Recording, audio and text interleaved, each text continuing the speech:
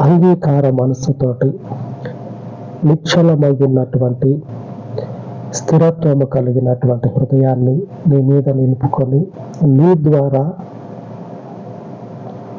సంరక్షించబడినట్లు, నీ ద్వారా కాపాడబడినట్లు నీ కృపను తండ్రి మా మీద, అలాగే ఈ వాక్యమును, ఈ ప్రార్థనను అనుసరించుచు ఉన్నటువంటి అనేకులైనటువంటి దేశ విదేశాలలో వాక్యమును, ప్రార్థనను వింటూ ఉన్నటువంటి నీ బిడ్డల మీదకి నీ కాపుదలను సమృద్ధిగా అనుగ్రహించండి.